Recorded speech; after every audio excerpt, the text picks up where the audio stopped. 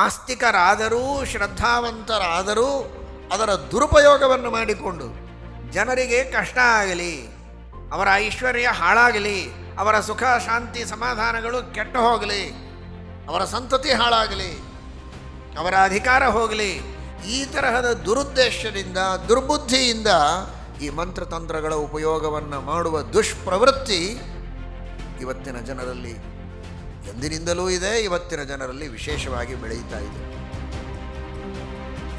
ಆದರೆ ಅದು ಎಂದಿಗೂ ಕೂಡ ಒಳ್ಳೆಯದಲ್ಲ ಅನ್ನುವುದನ್ನು ವೇದವ್ಯಾಸ ದೇವರು ಹೇಳ್ತಾರೆ. ಆ ಮಂತ್ರತಂತ್ರಗಳನ್ನು ಮಾಡಿ ಯಾರಿಗೆ ಉಪದ್ರವ ಆಗಬೇಕು ಅಂತ ನಿಮಗೆ ಅಪೇಕ್ಷೆ ಇದೆ ಅಂತ ಆಭಿಚಾರಿಕ ಪ್ರಯೋಗಗಳನ್ನೆಲ್ಲ ಮಾಡುತ್ತಾರೆ. ಅವರಿಗೆ ಅಂತ ತೋರಿಸ್ತಾನೆ, ಯಾರಿಗೋ ಒಂದು ಬಟ್ಟು ಅವರ ಕಡೆಗಿರುತ್ತದೆ, ಇನ್ನು 4 ಬಟ್ಟು ಇವನ ಕಡೆನೇ ಇರುತ್ತದೆ. ಯಾರಿಗೆ ಉಪದ್ರವ ಆಗಲಿ ಅಂತ ಇವನು ಮಾಡ್ತಾನೋ ಅವರಿಗೆ 1 ಆದರೆ ಇವನಿಗೆ 4 ಆಗುತ್ತೆ.